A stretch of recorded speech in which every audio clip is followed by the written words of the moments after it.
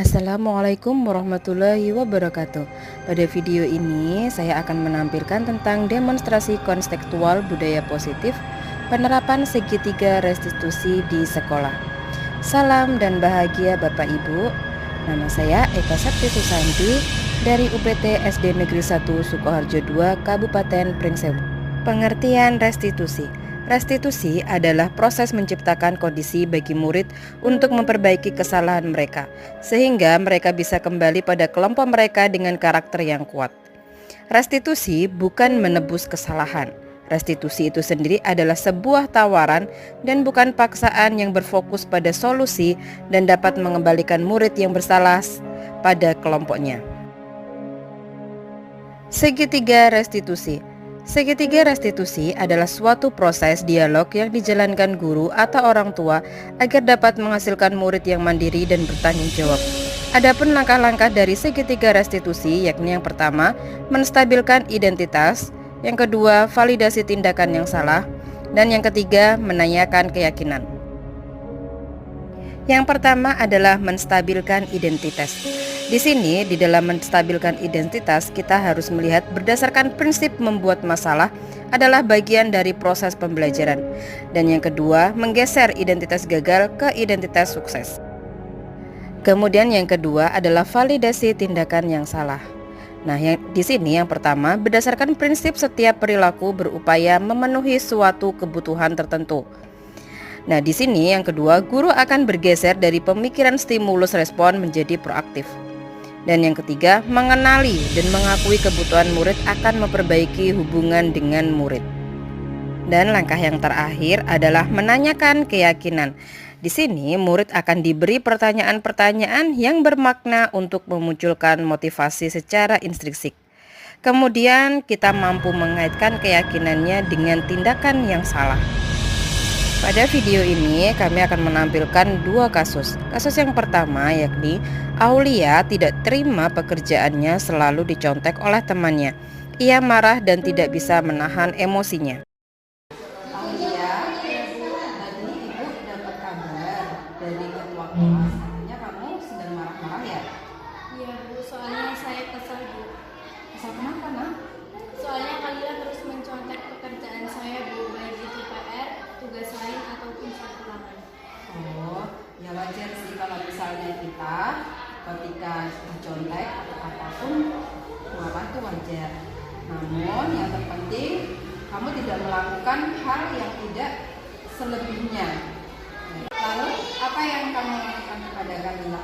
Saya marah-marah kepada Kalila dan mencaci maki dia Bu, tanpa sadar saya juga mengobrak mejanya. Oh begitu ya, jadi kamu marah-marah sampai mengobrak meja, pasti ada alasannya. Kenapa alasannya? Masa iya Bu, saya diam saja.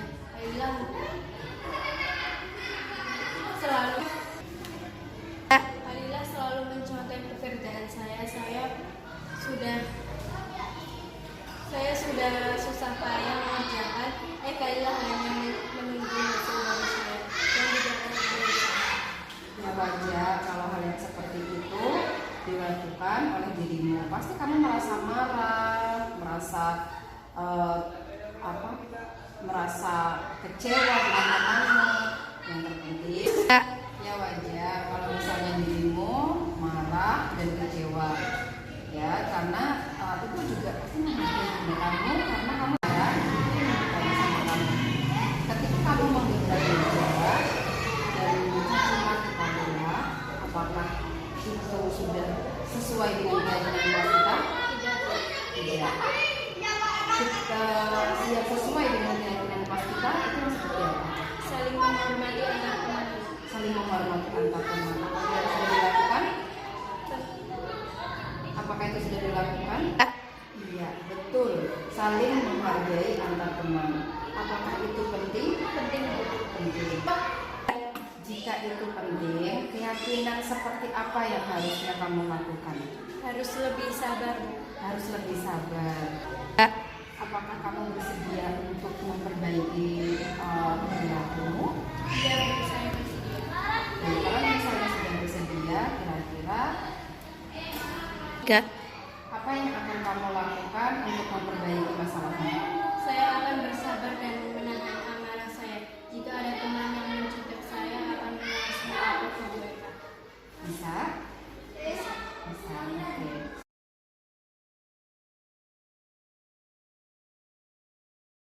Mulia kelas 6 SD, saya senang sekali diajak berdiskusi dengan Bu Guru mengenai mengendalikan diri dari amarah karena perilaku teman sekelas saya.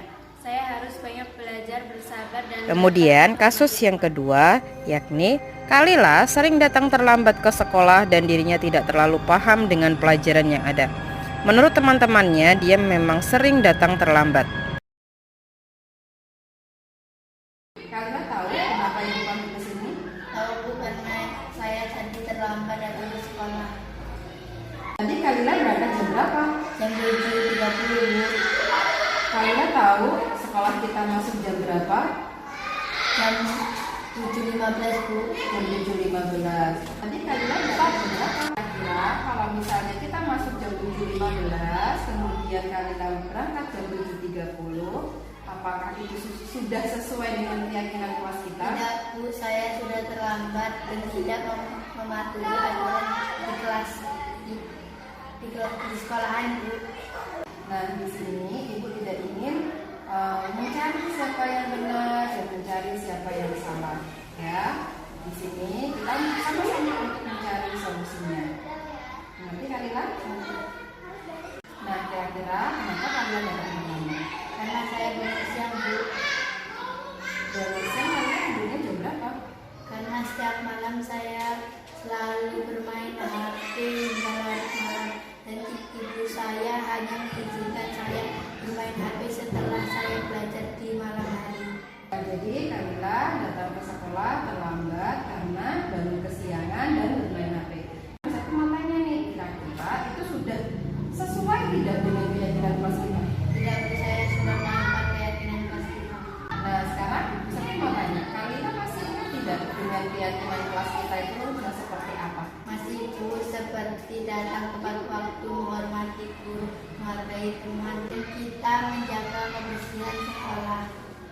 Nah, kalau Kalila masih ingat dengan keyakinan kelas kita, langkah apa yang seharusnya Kalila lakukan supaya Kalila tidak terbangun kesiangan? Saya akan tidur lebih awal Bu dan mengurangi jam bermain HP.